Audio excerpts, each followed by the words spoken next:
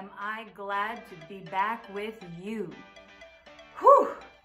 I know you all probably had this vision of me just chilling on my laptop for the last couple days. But let me tell you, this Avid training was a lot of work. I just got done doing 2.5 hours worth of homework. What? Anyway, so thank you for bearing with me during this time apart, and I'm glad we're back together. Because of this training and the interruption to our schedule, I really front-loaded most of the information to the first half of the week, so today we're just gonna keep it kind of brief and wrap up by talking about how does understanding text structure impact you as a reader. Now, when we look at our text structures, the way they are titled pretty much tells us what the author wants us to get from it. Obviously, if it's a problem-solution structure, the author wants me to see the problem and understand the solution. So we're not gonna go through all that like you can't figure that on your own. Well, thank you. Thank you. We will do just a quick recap though, so these structures are fresh in your mind. The whole point of text structure is to create order, right? And organization in a text. So once you know what the structure is, you're identifying the ideas in the text and the relationships between them. So remember with description, we said the whole function is to take something that is larger and break it down into its parts and describe each one, for you to get a more specific understanding of the various parts of a larger structure, concept, or idea. So as you read description, that's the focus. Looking at that whole to part relationship. What's the big idea and what are the smaller details I need to learn about it? Sequence, remember we said, is kind of like process. It is describing a how-to or giving you directions of some sort.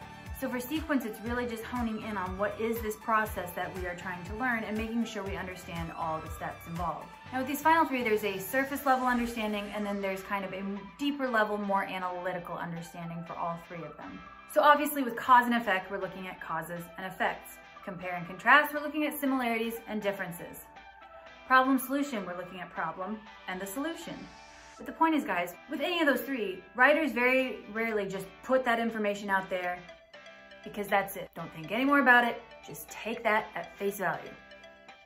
No off-topic questions, because I don't want to. No, permission denied. That's an off-topic questions. Next, you have been stopped. So for example, with compare and contrast, if you look at similarities and differences, and we don't get any kind of new understanding from that, it's a little bit like...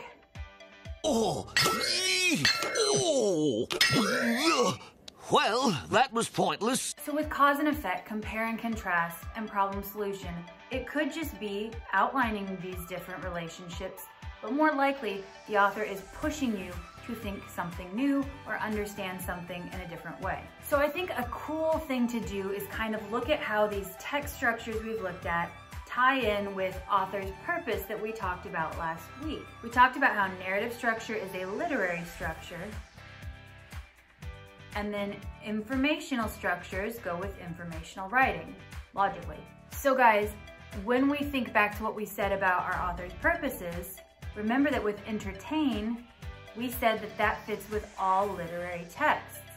So if you have a narrative literary structure, the purpose of that piece is to entertain, and if we tie in that why does that matter, remember you are reading for theme when you read a literary text that is meant to entertain. So that's all on its own. Author's purpose is to entertain, it's a narrative structure, we know we're seeking theme. The 5 other structures we looked at are already identified as informational structures. What we found last week is that informational texts can be intended just to inform, or they can be intended to persuade. Description is pretty straightforward, just intended to inform. The whole purpose is describing something to you and making sure you understand all its various parts.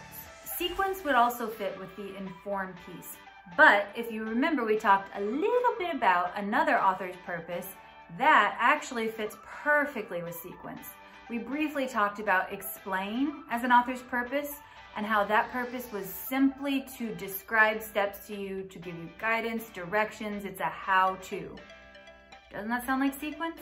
So sequence could be inform or explain. With our purely informational text, we know we are just gaining understandings of new concepts and information. Now, the final 3 that I was talking about earlier, cause and effect, compare and contrast, problem solution, can kind of have a foot in both worlds.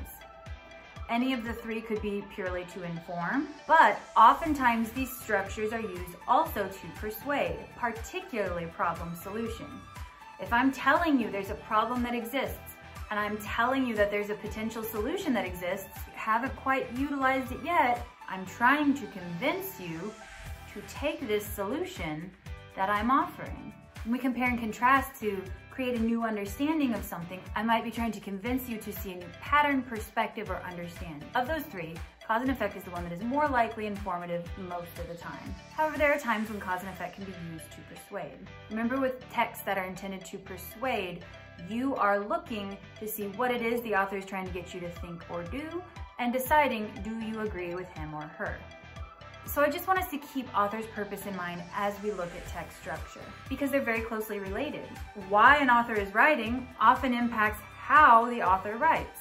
So as we do our practice today, we're gonna look both at what was the author's purpose and what is the structure of the text. And we'll see how that impacts our reading. So let's go practice as we get ready to call it a wrap on week 3. Thank you guys, and I'll see you in a moment.